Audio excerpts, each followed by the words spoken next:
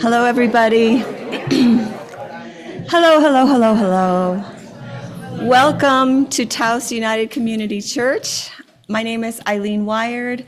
I'm on the lay ministry team here, and I am so happy to welcome you to this very special event.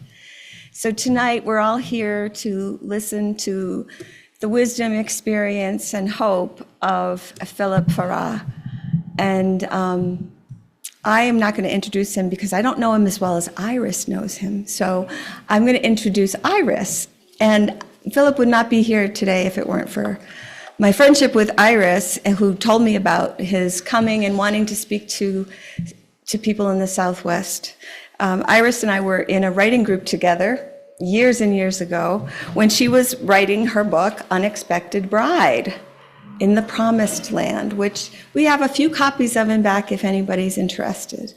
Iris is an amazing human, and she lives here sometimes, and she lives in Albuquerque sometimes, and I have learned a lot in the last few years about Palestine, and my heart has ached over what's happening in Gaza, as I'm sure everybody here has. One thing that people ask all the time is, well, what can I do? I feel so helpless. What can I do? And my first response is, well, you can learn a little bit more about it, because we have been woefully uneducated about Palestine. And I'm lucky to be married to Steve Wired, who's been to the West Bank a few times and done some work harvesting olive trees and planting olive trees there with a good friend. But I've never been myself, and I'm just really, really happy that you all turned out here. It makes my heart happy. So thank you for coming. I wanted to let you know that we have baskets, beautiful baskets near the door. And if anybody wants to contribute to Philip and his work and the organization that he works for, that basket, all of the contents of that basket will be taken by Philip when he leaves tonight. So with no more further ado, I'm going to introduce you to Iris Keltz, who wrote the My Turn column in this week's paper, by the way.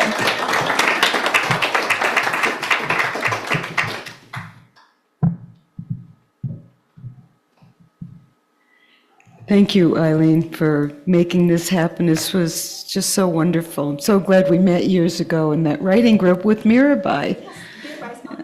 Yeah. And it's so nice to see familiar faces, and it's also wonderful to see unfamiliar faces. And, you know, I tell people I wrote 2 books. One is Scrapbook of the Taos Hippie, which is We're All One Tribe and We Love Each Other. And then this book, Unexpected Bride in the Promised Land, We're All One Tribe, but we hate each other. But, you know, in this book, I got my marching orders and mission in life when I was 19 because I was on my way to go live on a kibbutz, and I hitchhiked from Paris to Jerusalem and ended up in the heart of the West Bank with a Palestinian family. I had never heard the word before, and I ended up in the 6-day war with them. But the words that I want to give you right now about that is right after the 6-day war, a very short war, blessedly for us at that time. I had no idea that I was an eyewitness to such an incredible historic moment. My Palestinian family was terrified that the Israeli soldiers were going to enter the house. They were terrified of the soldiers. But I wasn't. They were Israeli. They were Jewish, like me. And they said to me, I was totally embraced by the Palestinians, taken in like a daughter. And they said, you need to tell them, you're American, you're Jewish, and we're friends. Bang. And that's been my mission since 1967. And back then it was a lonely mission. Now it's not so lonely. There's a lot of people at the barricades and vigils and everything, but the situation is unimaginable. It's heartbreaking. And I will take any opportunity to share the information about what's happening so the choir has the words to go and tell other people to break your hearts open and speak out and change what's happening.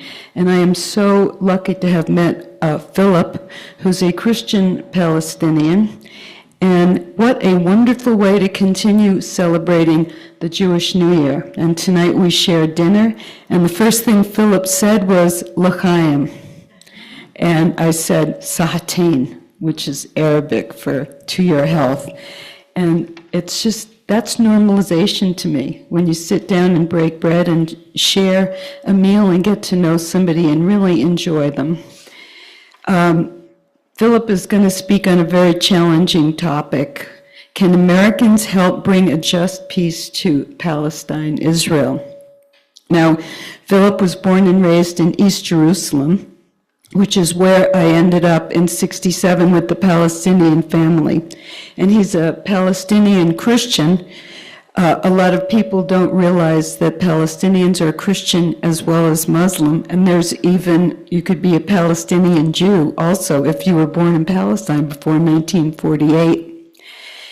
He came to the U.S. in '78 when he was 27, and he's studied and lived in different countries in the Middle East. And he's the founding member of the Palestinian Christian Alliance for Peace. And he's spoken all over, and he's also been on the show that I listen to all the time, manned by my hero, Amy Goodman, who I just found out recently is a descendant of the Baal Shem Tov. And if you don't know who that is, talk to me later. Very impressive. Democracy Now! And on NPR's On Point. And so I'd like to bring up Philip, welcome him here, and then he'll be here for questions. And thank you all for coming. And I have 3 books back there. I'll sign them, and a discount tonight if you'd like them.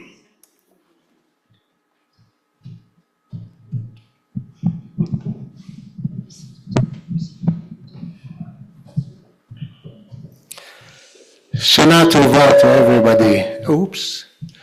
Shana Tova, that means Happy New Year, Hebrew year. It's the year 5,470, I don't know what.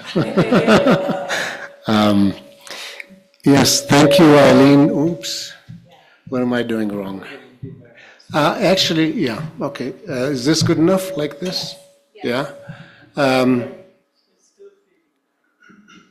It's just no, they aren't interacting at all. It's just this. Okay. Try now. Thank you, Eileen, and thank you, Iris. We call her Iris in Arabic. And thank you all for coming. Yes, I have family here. Actually, my nephew is standing right back there. He doubles as my bodyguard. We drove up from Santa Fe, and he was my guide as well. And we stopped by the Dennis Hopper grave, which is on the way. And yeah, so we have a PowerPoint. Can we start the PowerPoint? Yeah. By the way, I graduated from the University of New Mexico. I'm not a total stranger to New Mexico. I lived here in Albuquerque for 8.5 years, and I really want to retire here, and I'll have to convince my wife. So my group is called the Palestinian Christian Alliance for Peace. Yeah, please look it up. We have especially some web pages that are really, really good for audiences, especially people in the pews who don't want to do politics. A really good resource for them to learn about what's happening. It's called Take a Stand for the Holy Land. Very easy. Take a Stand for the Holy Land, Google it, and you're going to get it. Next, please. So I want to start by asking a few questions, and I want you to answer. The first question is Israeli society closer to being Western, kind of European, white, Western, or more Middle Eastern, more what I call West Asia, because I don't like Middle Eastern too much. It's too Eurocentric. So the question is Israeli society more Western or more Middle Eastern, West Asian? Who says more Western? Okay. Who says more Middle Eastern? One. Okay. Actually, the percentage of Israeli Jews now, there's also the 20% who are Palestinian, like myself, Palestinian Arabs, Muslims mostly, and some Christians. So that's about 20%, I think, more or less. But then among the Jews only, nearly 50% are Jews of Arab origin and from other countries like Iran, Turkey, even as far as India, and even farther, actually, there are some Chinese. But so about 50% are actually, they used to call themselves Arab Jews, like I call myself an Arab Christian. Their food is the same, they're very similar. North Africa, Egypt, Syria, Iraq. Iraq had one of the most ancient and most vibrant Jewish communities in the world. Very rich culture, great writers, great history. And so they came from, they spoke Arabic at home. Even the second generation that were born in Israel could understand their parents speaking to them in Arabic and would respond in Hebrew with some Arabic. Yeah. And then, when the Russian Jews came, the proportion, actually before the Russian Jews were allowed to immigrate to Israel, the majority were Jews from Arab countries, from the Middle East or North Africa and Iran, etc., etc. I asked this question because there's something really important I'm going to get to later. So then the next question is, what percentage of the population of Israel and the territories that occupies is Palestinian? Who goes for 30%? Who goes for 40%? Okay, who goes for 50%? It's actually now slightly more than 50%. Partly because, this is Israel proper. We call it 48 because it was created in 1948 over the remnants of Palestine, which was destroyed in 1948. We call it the Nakba, the catastrophe. And so Israel proper and the West Bank, including East Jerusalem, which was occupied in 1967, and the Gaza Strip is really still very much under, and has been since 1967, under Israeli control. So the percentage is partly because of higher birth rates, and partly also because, frankly, a lot of Jews are immigrating, leaving Israel, because it's no longer, what it used to be. What's happening is really kind of destroying Israeli society, and many Jews are leaving. I mean, it's not huge, but there are estimates like up to 500,000.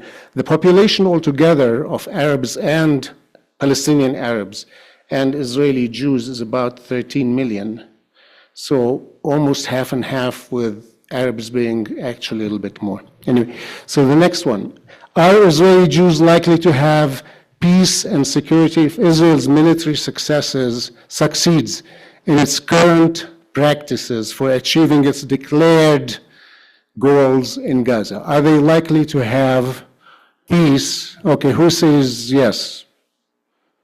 I kind of anticipated that. Who says no? Okay, thank you. Should Palestinians have equal rights in the area between the river and the sea? Who says yes? Okay, who says no? Okay. Now, in fact, this is really my most important question. Is American civil society capable of making a big difference to bringing peace, a just peace, in the Middle East? Who says it can play a very major role in bringing, Americans can play a major role?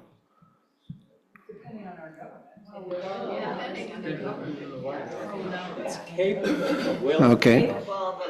Actually, without our government, who would say yes?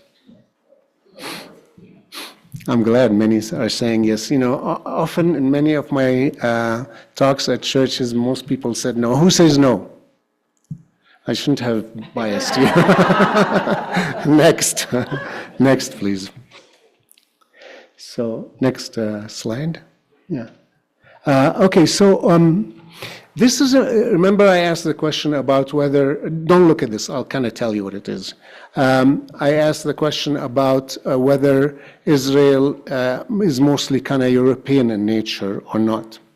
So the Israel, and what we see today that Israel is doing is very much a function of its psychology, that it really is not, you know, a real member of the neighborhood in which it lives. It's not Arab, it's not Middle Eastern, it's much more superior. It's European, you know, and the really because it was a product of European colonial perspective. When Herzl, the founder of modern Israel, started, you know, talking about having a homeland for the Jewish people and ingathering of the Jewish people in one place to create a homeland for the Jews. He talked about the normalization of the Jewish people, okay? He basically went shopping for support from colonial powers, you know. He went to the Ottomans first. They weren't buying. He went to the German Kaiser, and the German Kaiser gave him a fair hearing, but turned him down. Basically, he was looking for a colonial sponsor. The French were also. There were Zionists who were also trying to convince France that sponsoring a Zionist project of having a country in the Middle East would be great for the French rivalry with the British on the road to India. You know, India was the crown of the jewel, the crown jewel in the British Empire, okay? But then Herzl went to the British, well, later, by this time Herzl was gone, but Weizmann took over. Now he was the leader of the Zionist movement, and Weizmann got secured from the British something called, does anybody know? The Balfour Declaration. When was that? 1917, yes. So, by the way, this is something really interesting. They secured Weizmann with the help, by the way, of people like Jan Smuts. Does anybody know who Jan Smuts was? Jan Smuts was the founder of modern South Africa. And he was a very good friend of Chaim Weizmann, the head of the Zionist movement.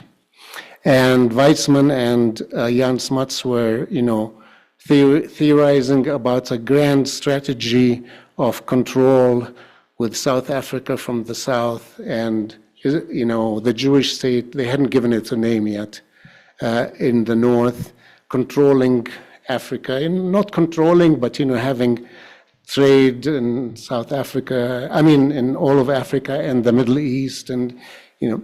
Well, anyway, so Weizmann, with the help of Balfour, who was the foreign minister in England, gave the Balfour Declaration promising Palestine as a homeland for the Jewish people. And at the time, the Prime Minister of England was a character by the name of Lloyd George.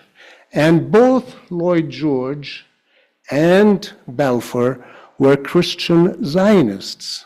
They were fundamentalist, kind of Christians who believed in the ingathering of the Jewish people back, supposedly back to Palestine, and being really a very powerful, how do you call it, agent for the British Empire in the Middle East, to be a kind of junior partner for the British, helping them in their colonial power in the Middle East. So that's how Israel grew up as a colonial project.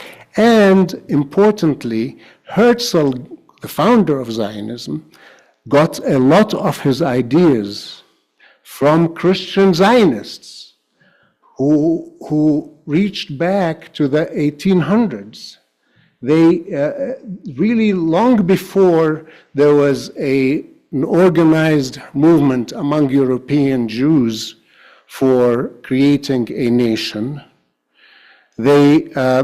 Christian Zionists were talking about this. They believed in the, what do you call it? The rapture, right? From Revelations, that, the second coming of the Messiah will be facilitated by the war of Armageddon. The Antichrist will be at first victorious, and then he will defeat the enemies of Christ and all of that stuff. And, they were Christian Zionists. And at the same time, we'll solve the Jewish problem in Europe. There was a great deal of racism. There were pogroms in Russia, etc.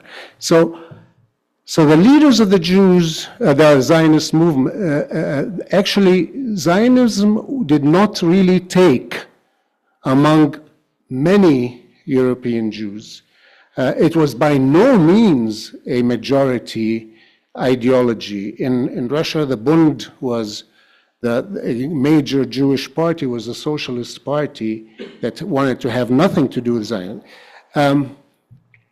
But in America, there were people like, this is later, Rabbi Elmer Berger and others who were anti-Zionist, actually. Why? Because they believed that they belonged in the countries where they lived, and their struggle was for equality and justice with others, like, to have minority rights. So there was that struggle. And actually, the ideology of the Zionist leaders was very racist towards the Orient.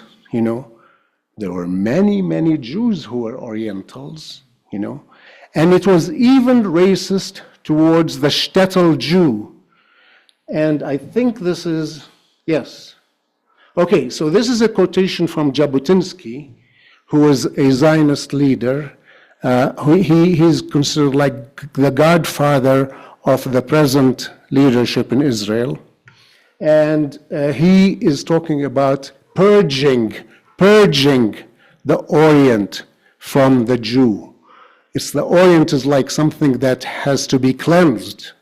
So imagine if he had that attitude towards the Oriental spirit among Jews. Imagine what he thought of us, the savages, the Arabs of the Orient, right?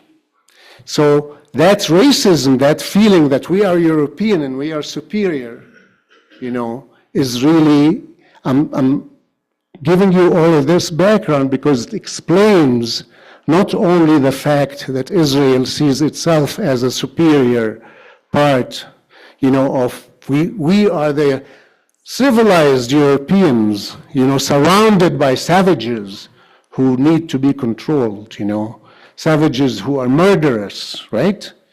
No. Who are terrorists, right? The Palestinians are terrorists, right? Arabs are terrorists. But what Israel is doing, of course, is not terrorism. What the whites in South Africa did to the native people was not terrorism. What the pioneers did to the Native Americans here was not terrorism. What the whites in Australia did, I'm sorry. Yes, thank you. Is not terrorism. And there's also, but you know, it goes beyond that, because in the writings, next please. Next. Okay, so this is what Herzl said about not the Oriental Jews, but about the Yid. The Yid.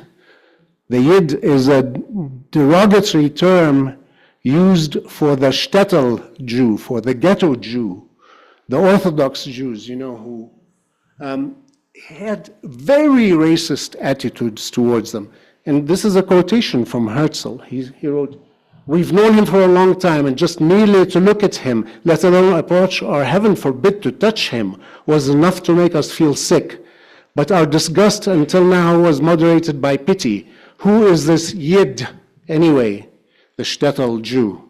The idea was, you don't need to read the rest. The idea is to create the supermensch, you know, the blonde, you know, strong Jew who is the conqueror, who is like the other colonial masters who conquered America and who conquered Australia and South Africa and all the colonies next.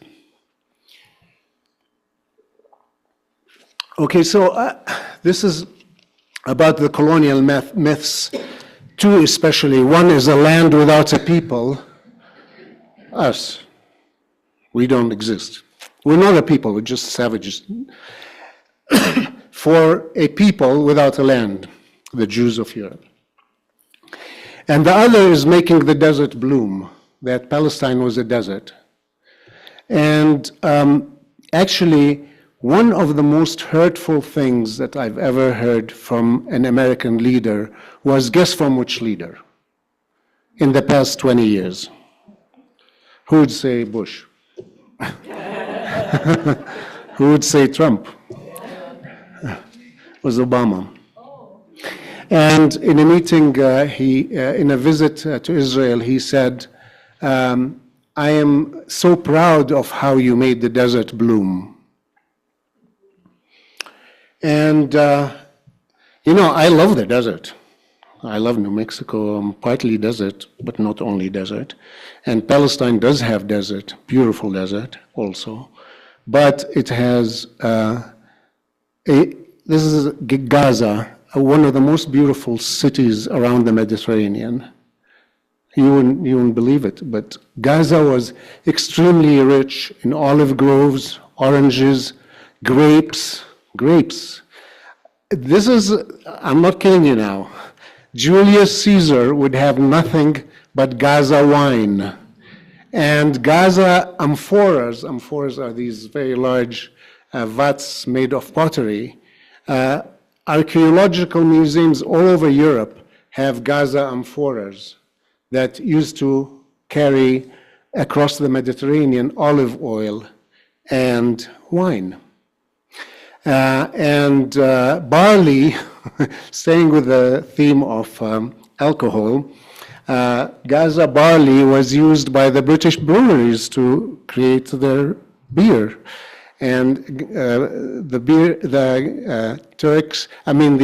Brits imported barley from Gaza and from Turkey to supply their breweries.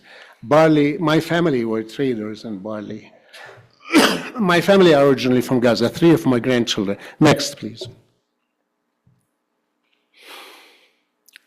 Yeah. Okay, so this is a photo of my maternal grandparents. The guy kind of with the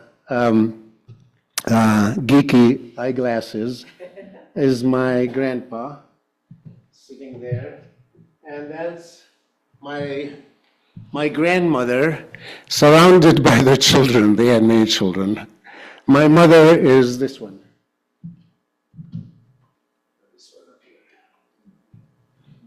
Yeah, his grandma. She passed 2 years ago on her 103rd birthday. And they are sitting at their vineyard that was just north of Gaza. And they have a chess set before them. My grandparents loved to play chess.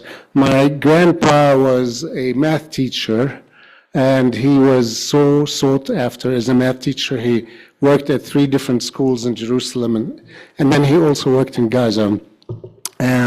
My grandma, I don't think went past elementary school, but she beat him in chess. Next, please. So you can tell, I mean, this is a vineyard. Actually, Hebron grapes are still very, very high quality. So this is this grandpa is from Jerusalem, but my 3 other grandparents are Ghazawi from Gaza. So my paternal side is Ghazawi.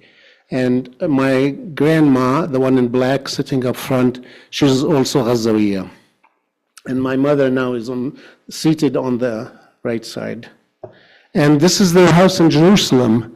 Now in 48, at what we call the Nakba, the catastrophe, when the majority of Palestinians were driven out, ethnically cleansed, it was a very traumatic period in my family's life also. They were ethnically cleansed from what became West Jerusalem. And this house, this is my grandfather's house, became part of West Jerusalem. What became West Jerusalem? They were driven out and were never, ever able to return to their homes, of course. Total cities and towns and neighborhoods overnight were completely cleansed of their population, the Palestinian population, and was turned over to Jewish immigrants, some of them coming from Germany, fleeing the Holocaust. And, this is the sad part, that a people who were extremely oppressed, came and took over the land of another people. And later, because they needed working class people, they started bringing in the Oriental Jews, whom they looked down upon, to be the working class, because the idea was a different kind of colonialism, not a colonialism where you exploit the labor of the indigenous people, but where you displace the original people, cleanse them completely, so you'll have maximum land with minimum indigens. And so they needed a working class, so they got the Jews from Iraq and Yemen and Morocco to be the working class, and they destroyed these communities, ancient communities, who were very well integrated in the Arab world. The Muslims were I'm a Christian, and Christians have done horrible, horrible things in their history, especially to Jews, actually. The Muslims were not always great to the minorities, but they had a far, far better record vis-a-vis the minorities. And minorities at times really flourished under Muslim rule. So the Jewish community in Iraq, in Syria, in Cairo were ancient communities, very rich culture. Some of them were extremely wealthy, and others were, like everybody else, were poor. When they came as immigrants to Israel, the lawyers, Jewish lawyers, doctors, upper middle class people were sprayed with DDT. That was the racism. The Yemenis even had it worse. When they came, some of their children were taken away to be civilized by the European Jews. Next, please. Next, please. This is my father. Well, I'm not going to dwell on this for very, very much because I've told you a lot already. But this is a picture of my father. He had made a religious vow. By the way, Gregory looks a lot like him. He's named after my grandpa. My dad. This photo was taken while he was walking with me and other of his children and friends of ours when he was walking from Jerusalem to Bethlehem. He did that as a religious vow, as a Christian religious vow. He's very devout Greek Orthodox Christian, Arab of course, but that's a dominant church among Palestinians. And now, of course, that cannot have. It's only 6 kilometers, by the way, from Jerusalem to Bethlehem. It's not a feat, but it was festive. He did it every New Year's Eve, the Eastern calendar, and many of us would bring our friends and walk with him. But that can't happen now because of the apartheid wall, Like if the Magi, the 3 Magi who came with gifts to baby Jesus in the manger were to come today, forget it. They would have to, have helicopters to get into Bethlehem. Next, please. Next, please. So I told you about the ethnic cleansing of 1948.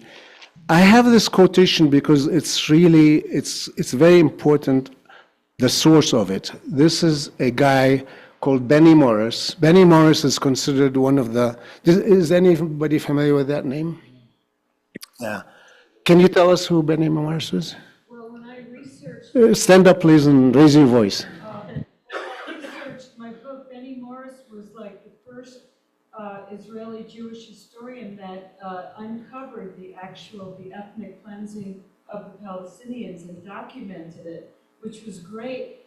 But what broke my heart was his conclusion was that he said, we didn't finish the job. Yeah. But he was the first Jewish historian that actually documented the Nakba. Yeah, so Benny Morris is considered the kind of godfather of what's called the new Israeli historians. And they basically validated the Palestinian narrative of ethnic cleansing and violent ethnic cleansing.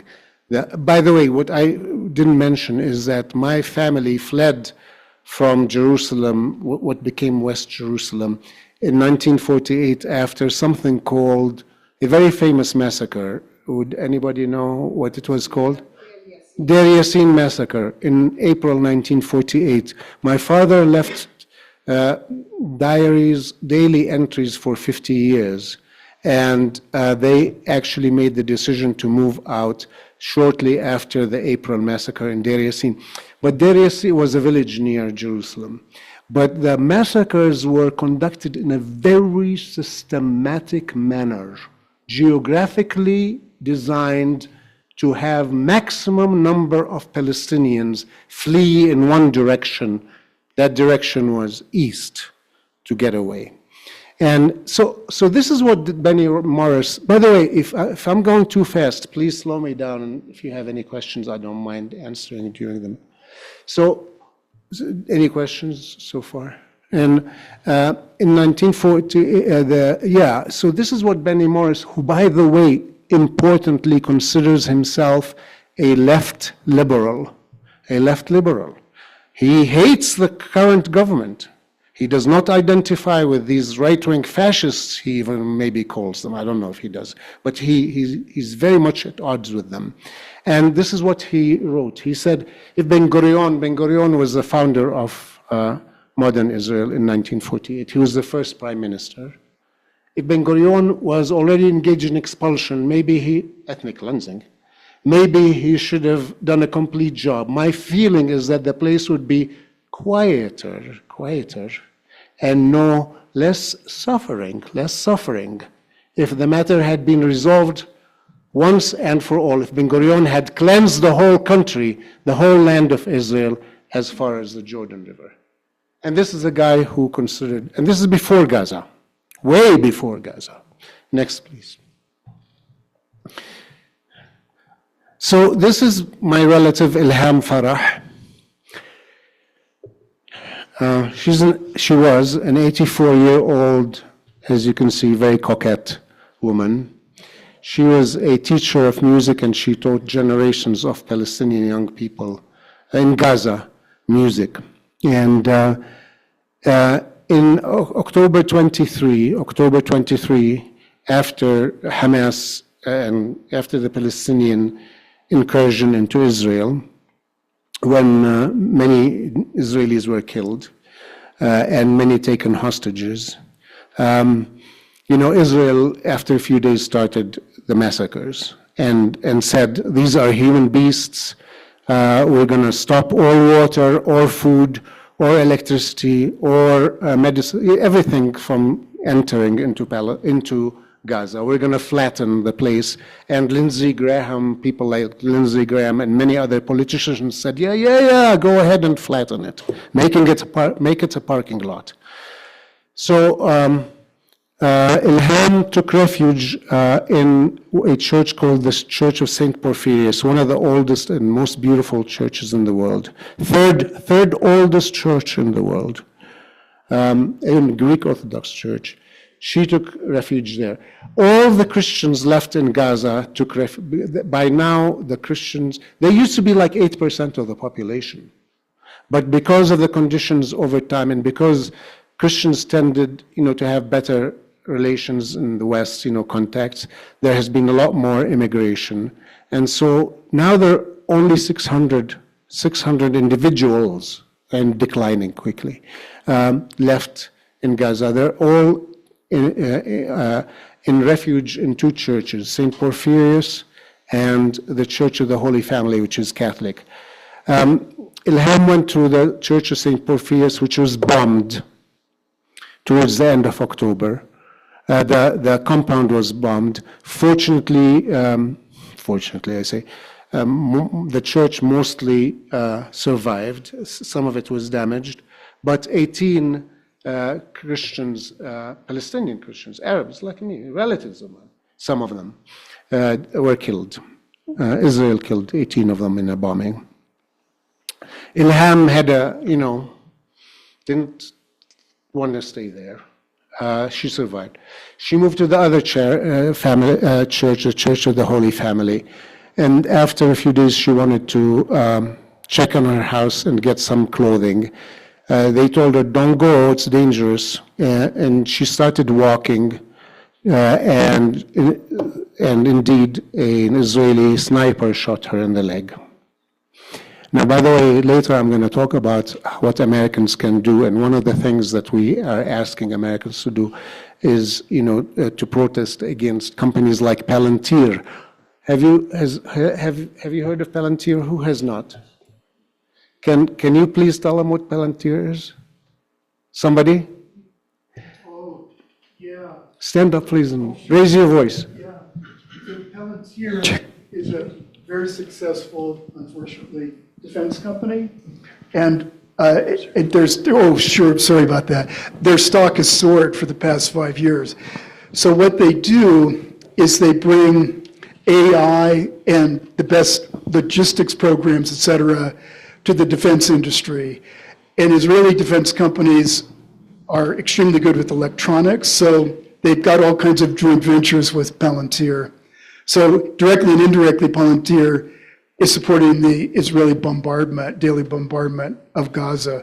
And the Trump administration loves Palantir, another reason to dislike them. And who's the money behind Palantir? It's Peter Thiel, the guy who funded the campaign for Vance, and who's got key people all through the administration. Was that enough? Or maybe too much? The Israelis have used Palantir software to create something called Lavender. Beautiful name. Lavender identifies targets for the Israeli Israeli massacring forces. And maybe she was one of the targets that, I don't know. Anyway, but an Israeli sniper shot her in the leg. She was on her phone for hours trying to call for help. Anybody who came tried to help her was shot at. So she bled and bled. And the next morning, a tank went over her. An Israeli tank went over her. This is, by the way, in the Vatican news. Yeah, this was one of the few such criminal, behaviors that was actually fairly well covered in the Western media. So, may I ask, how many of you listen to Democracy Now? Okay, then you probably know a lot. Yeah. So yeah, I mean, this is Ilham. Next, please. Okay, so now let's go through some of these. Next, please. I mean, the numbers are like 65,000 of Palestinians have been killed. But that is definitely a big underestimate, because it does not include the people under the rubble, like the child that you just saw. And it does not, it only documents the people who go through hospitals and whose death is recognized in the, in official hospitals, clinics, etc. It doesn't include the people under the rubble. There's probably at least thousands, if not tens of thousands, under the rubble. And it does not include people like another relative of mine in that Catholic church who died in the arms of her son, younger than myself. The woman who died, a relative of mine, died in the arms of her son, who's a doctor, who could have easily helped her. She wasn't terribly unhealthy. She just needed blood pressure medication, and he couldn't give it to her because of the Israeli siege on everything, on food, on water. They've destroyed all the hygiene infrastructure. They've destroyed all the hospitals, almost. A few hospitals are operating really as glorified clinics at best. They lack gauze, they lack alcohol, they lack everything. Medicine certainly. There are amputations taking place of children. The Democracy Now! Interviewed a doctor who amputated the leg of his niece without anesthesia. So that is the situation. And so it does not include all these people who die because of lack of medicine, because of now starvation, This was, another rare example of something that was carried by the mainstream media.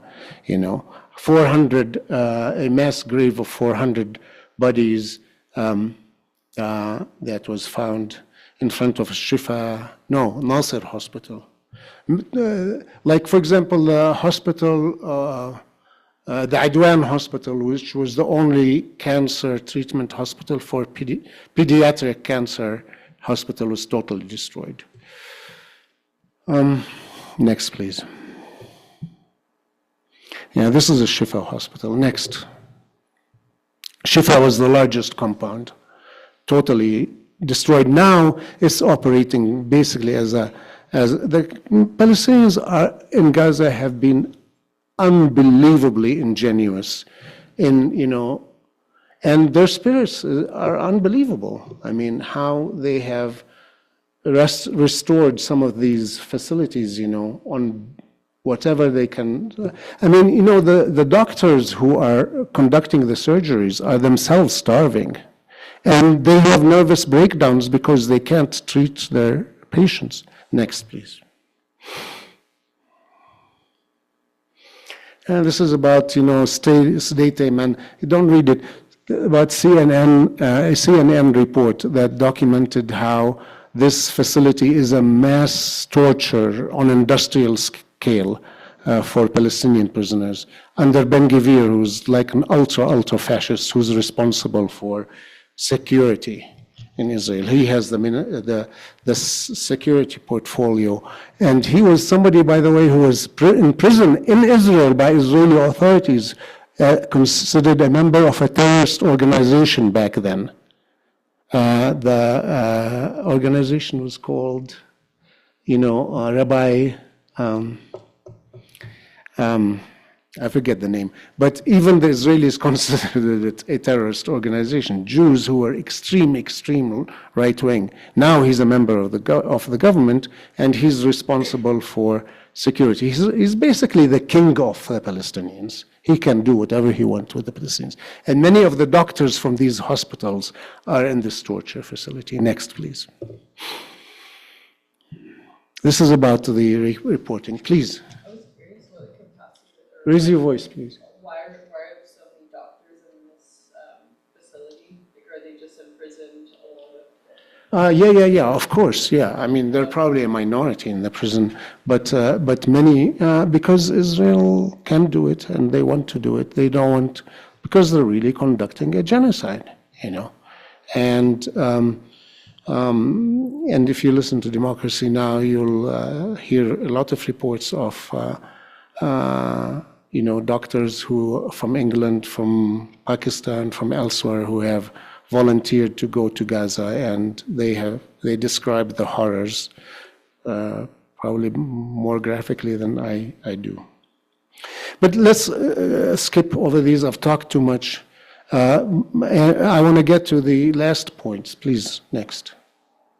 So this is actually a quotation from John F. Kennedy. And he was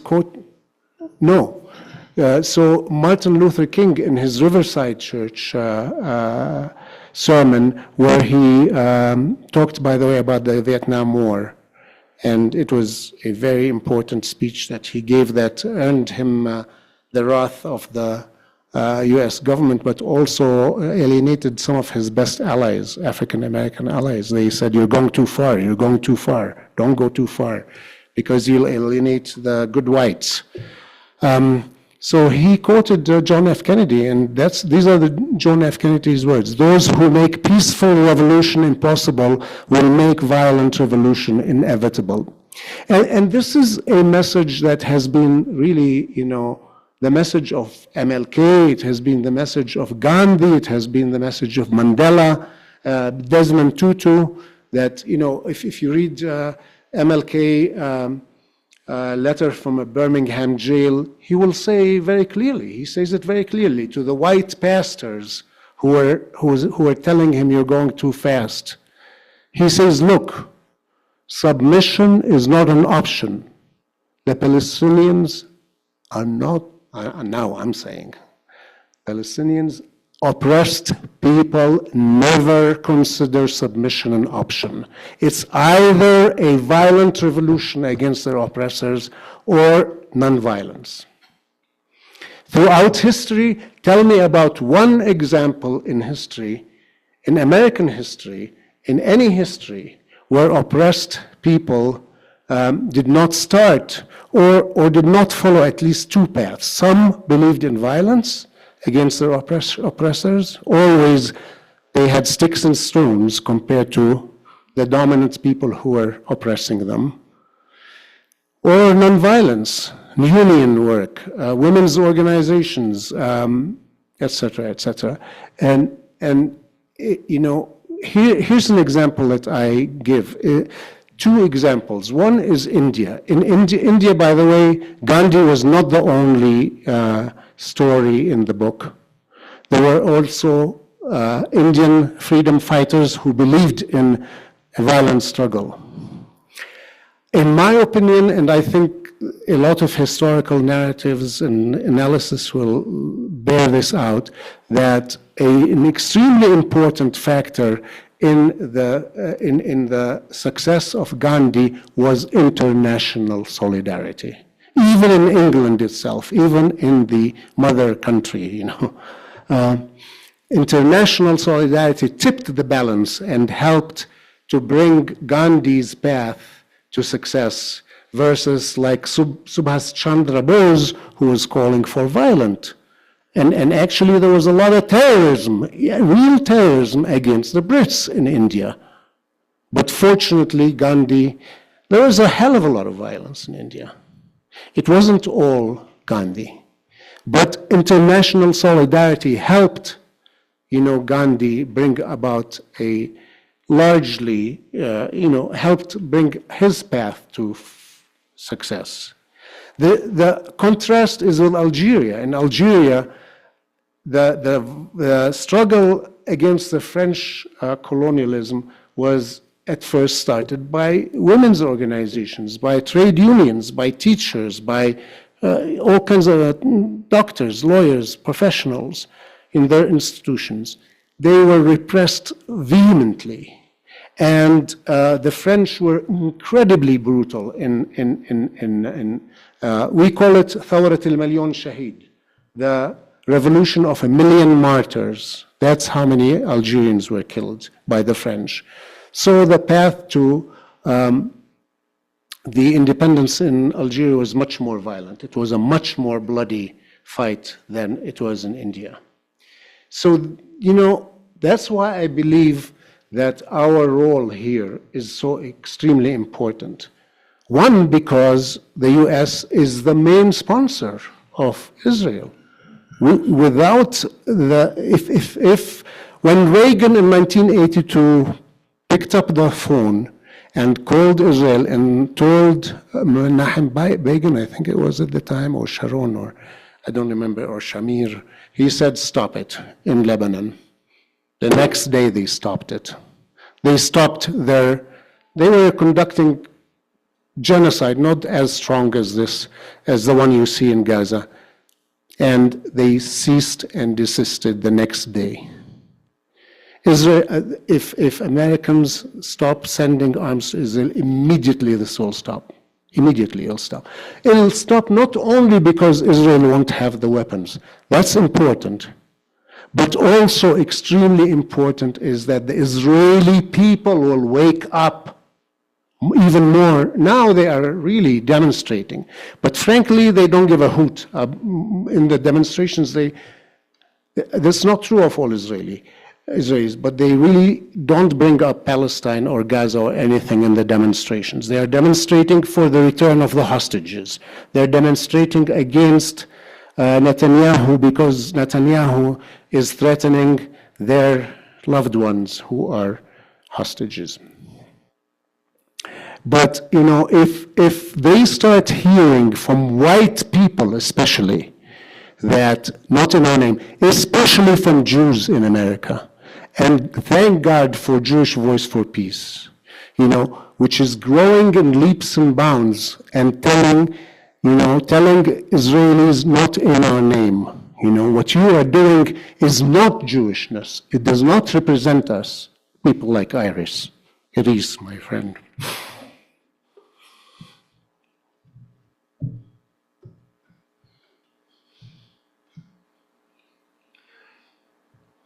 And this is what happened in South Africa. In South Africa, I was very involved. I'm sure some of you were involved. I'm sure you're involved in the anti-apartheid struggle.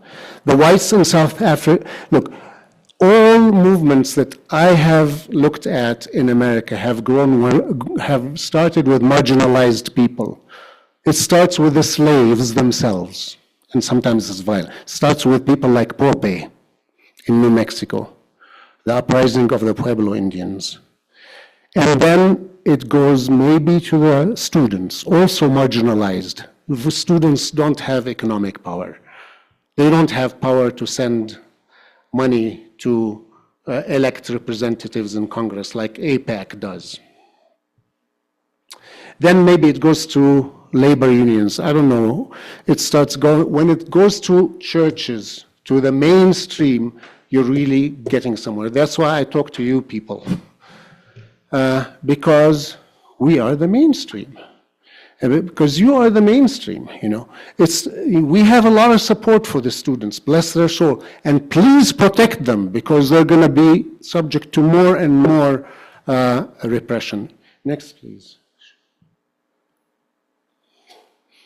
So this is Jewish Voice for Peace.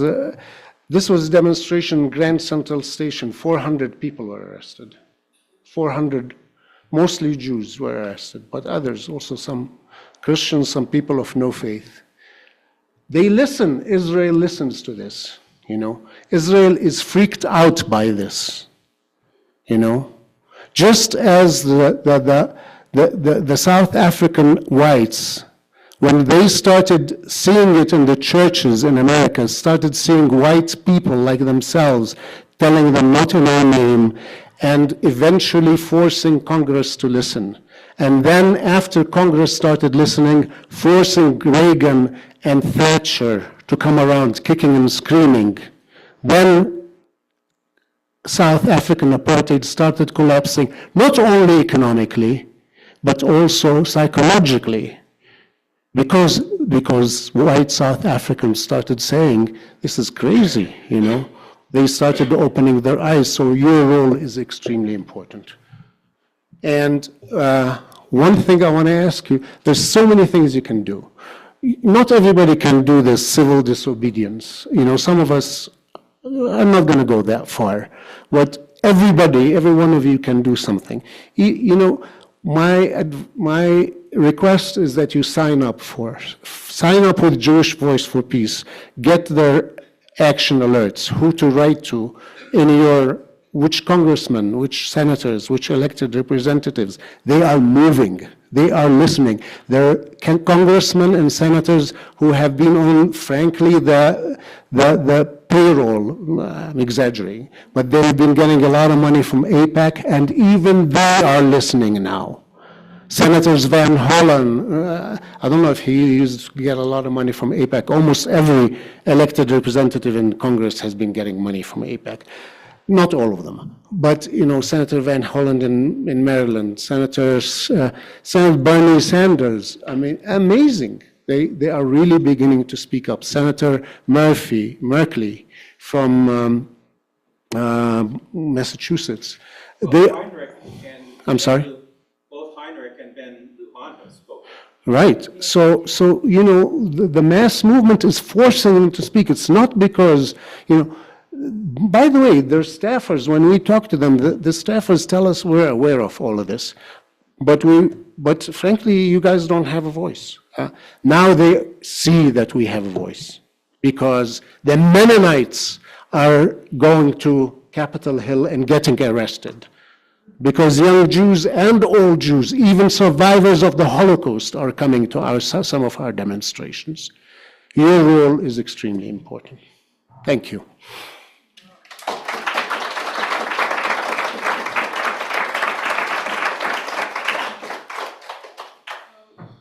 I forgot to say, I would be remiss if I didn't tell you that Peter Beinart, who is nationally and internationally known, is coming to Santa Fe. And he wrote the book called Being Jewish After the Destruction of Gaza. And I have to tell you, I've been helping to organize this event in Albuquerque, and it's amazing that there's no Jewish venue that would allow him to speak. And it's been very hard having, getting someone to be in conversation with him who is a Zionist, because that's what Peter wants. He wants to have a rich, deep, open, honest conversation with people. So please, this is an incredible opportunity. There was a Jewish benefactor in Santa Fe who's made this possible, and it's going to be Monday, October 20th at 6:30 p.m. at the United Church of Santa Fe at 1804 Arroyo Chamisa Road, and I'll send out the press release to Eileen, and so she could share it with the community.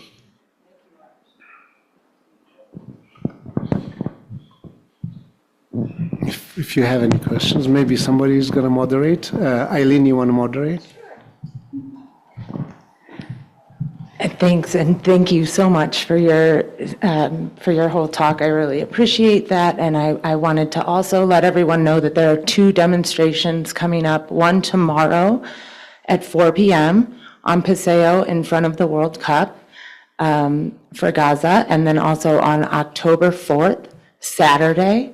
That's going to be on Paseo in front of the courthouse at 11 a.m., right there in front of the farmers market. So we'd love to have any and all of you come stand with us. Thank you. Anyone else have questions? By the way, some people have asked about, like I mentioned, so protests are one thing, but in the mass movement is really, frankly, we are winning.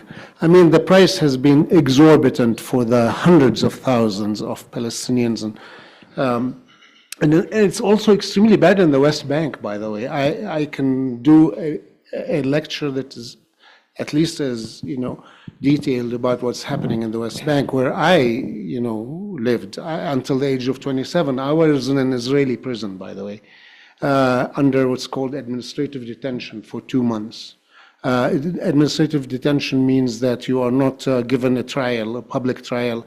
A military judge listens to some evidence that you are a threat to the security of the state. You are not allowed to be present at the hearing, and then they slap you with a prison sentence.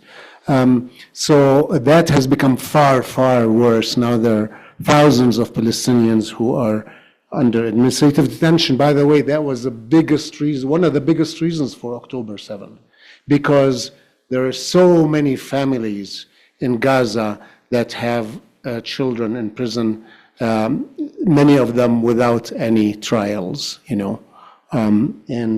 so basically they thought, we want to have hostages to exchange with, for our loved ones who are in prison. And then you look, Germany, which was also supplying a lot of arms to Israel, the mass movement there has forced it to stop sending at least the offensive weapons. Today, Spain announced that it's going to send a warship to protect the flotilla of people who are headed to Gaza, to the peaceful flotilla that is heading to Gaza to break the siege. So I'm sorry, you have a question? You know what I was asking. Marhaba. So is there any hope for slowing down the increase of the settlements, the Israeli settlements in the West Bank? The settlers have become far, far, far more aggressive than ever. And now they are fully armed by Ben-Gvir, the guy I mentioned, the Minister of Security, Minister of Internal Affairs, I don't know what his title is. He was in prison, by the way, in Israel for being an extremist, but now he's a member of the government. So the settlements are growing in droves now, and the most serious settlement now is E1. E1 it's called, right? And the E1 settlement is particularly bad. The U.S. has been continuously against it, because it would completely shut down the hope for a two-state solution, which I think is a pipe dream anyway now, frankly, because the settlers have completely made that impossible. But, so I mentioned the Germans and I mentioned the Italians. The Italians, by the way, conducted a full-day strike and shut down all the ports in Italy, I think at least the most major ports, for any Israeli shipments. So there's a fantastic group of young Palestinians who are very, very smart, much smarter than us, the older generation, and much better at organizing. They've started a campaign called Mask Off Maersk. Maersk of Maersk. Maersk is a giant Danish logistics company, the second largest in the world. They are the biggest shippers in the world. And Maersk of Maersk campaign is to stop them from sending military equipment to Israel. They haven't done that, but they chose the target very carefully, because they carry 70%, I think, of all military equipment, some big number to Israel. But it's only 3% of their total business. So, if they stop that, it's not going to be a huge skin off their wig. So they chose that target very carefully. And this Maersk in Denmark, he wants to keep an idea of being a very virtuous company that is good on global warming and all of that stuff. But what they did do is that Maersk announced that it's going to stop sending any shipments to the Israeli settlements. It's a victory, small victory, but it's a start. So that now, the campaign is getting stronger and stronger. They're like the Norwegian, the largest sovereign fund in the world, because Norway has a lot of dinero from oil, which they have a pool into an investment fund. They've divested from all kinds of companies, Israeli companies. Churches have done a huge thing in America. All mainline Protestant churches have passed resolutions to divest from companies that profit from the occupation. All mainline Protestant churches, from companies like Caterpillar, that provides these horrible machines that are destroying, and that destroy homes in the West Bank too, and Motorola Solutions and the like. So the Methodists have recently passed a resolution to divest from Israeli bonds. Jewish Voice for Peace is conducting a fantastic campaign to divest pension funds and state employee funds, pension funds, from Israeli bonds. Sorry, stop me if I'm talking too much. No, and just a question: have you had opportunity to share your story and what you shared with us at UNM to classes or political science or New Mexico State? Have you been invited, or do they not want you to speak to students? Just curious. I've spoken a few places. Get me invitations, I'll come running. I haven't spoken at UNM, but I spoke at KUNM. I had an interview twice, actually. I just want to give an example of how one person can change something. My grandmother was a Quaker, and in the early 1940s, in Schenectady, New York, she held meetings with Bayard Rustin, a black gay man, and other war resistors. And both Bayard Rustin and my two uncles went to jail rather than participate in war. And Bayard Rustin was the one that introduced to Martin Luther King the ideals of nonviolence resistance. And so my grandmother solely encouraged Bayard Rustin to continue his work. And that's just one person. I never knew this when I was growing up. I wish I had been able to talk to my grandmother more about it. But this is an example how one person supporting another person could influence the whole civil rights movement, basically. And Bayard Rustin was mainly responsible for the March on Washington. He had to stay in the background because he was gay. But again, I just can't imagine my grandmother, a black gay man in Schenectady, New York. It just amazes me anyway. Yeah. Speaking of one person, there is an American woman out of California who has a very important website called If Americans Knew, and where she actually follows the media and points out how skewed this is. And there's a documentary, I don't know how many of you might have seen it, about the Israeli government hiring Madison Avenue public relations firms to skew the news and to, but Allison Ware is her name, and she was an editor of a newspaper in Marin County, I believe, and is now running this website where you can go, ifamericansknew.org. So I just wanted to pass that on. I encourage you to also sign up. You don't have to be totally committed or anything, but sign up for some of the local organizations, and Iris and Nancy and others. I'm sure some of you know, it's important to act locally, not only elected representatives in Congress, but also state officials and local officials, So please, a lot starts on the local level. Many of these politicians who start, at the state level go on to Congress. There's a question here, or a comment maybe. I just wanted to say that. Emma.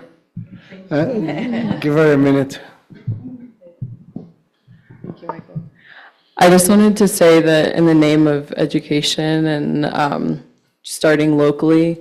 There are many arms facilities, like manufacturing facilities across the United States that I'm sure we have relatives and friends who are living nearby. And so disseminating that information, which is public, I think is really important to, stopping the sending of arms to Palestine.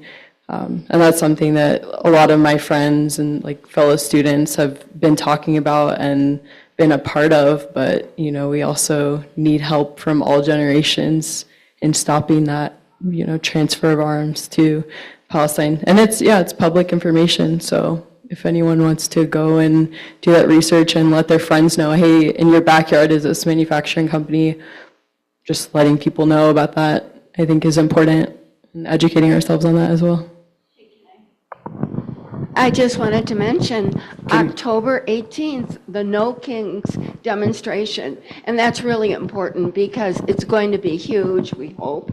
And there may be as many as 2,000 demonstrations over the whole country. And the No Kings, you can bring signs about Gaza. I mean, I'm definitely going to bring, the Trump genocide, stop the war in Gaza. So there's many ways to demonstrate. And I don't think it's such a great thing, me just standing there, but it's what I can do, so I do it. Absolutely. And that's what people Absolutely. There's a question there.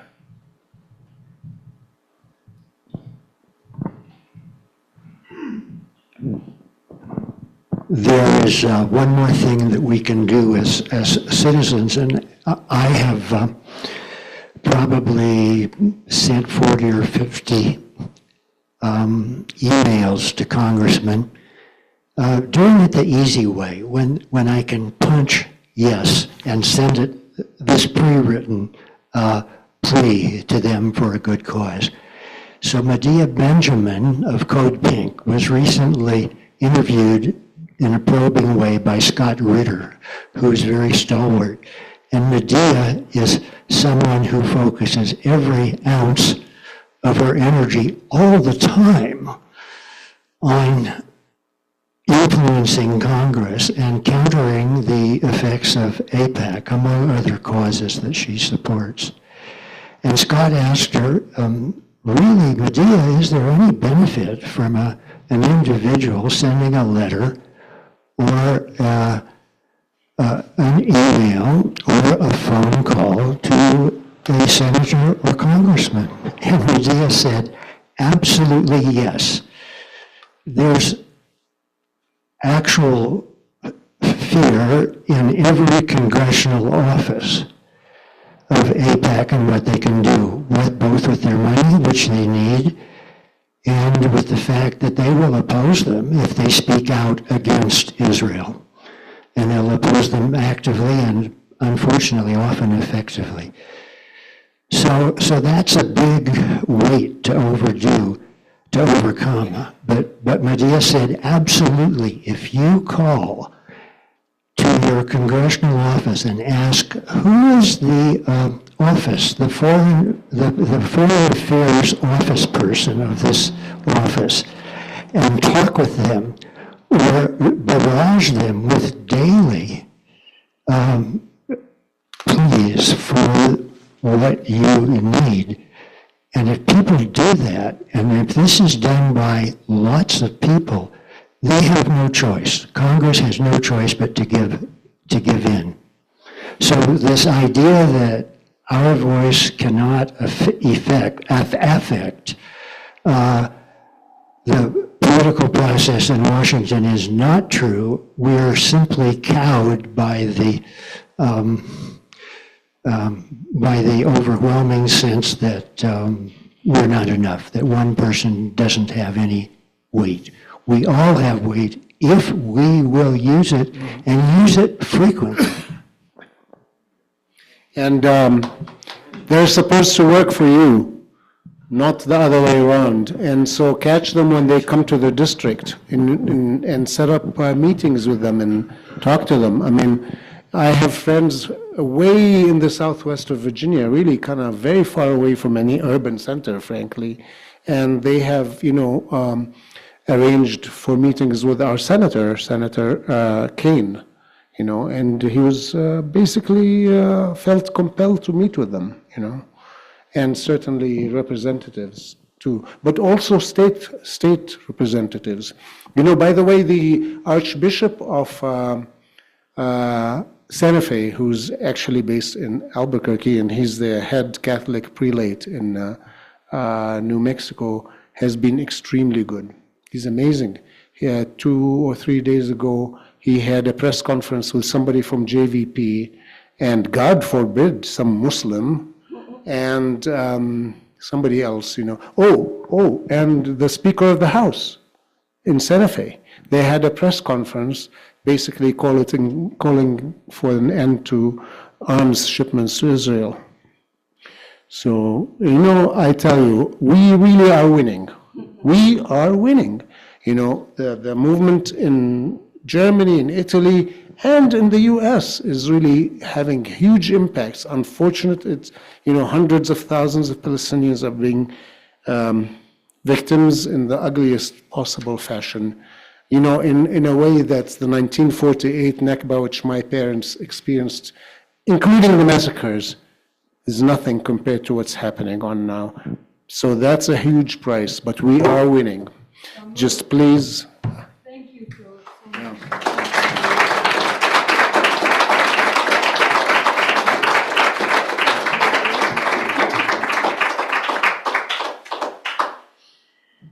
I want to thank you all for coming. I want to thank Philip and Iris, and I'm so grateful to be part of this church that wants a just world for all, and I want to invite you all to come on Sunday morning at 10 o'clock. Thank you, thank you, thank you.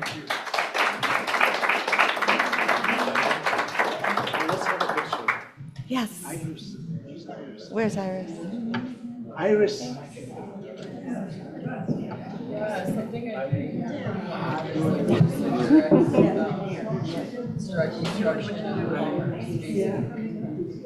Nancy. Yeah, why not?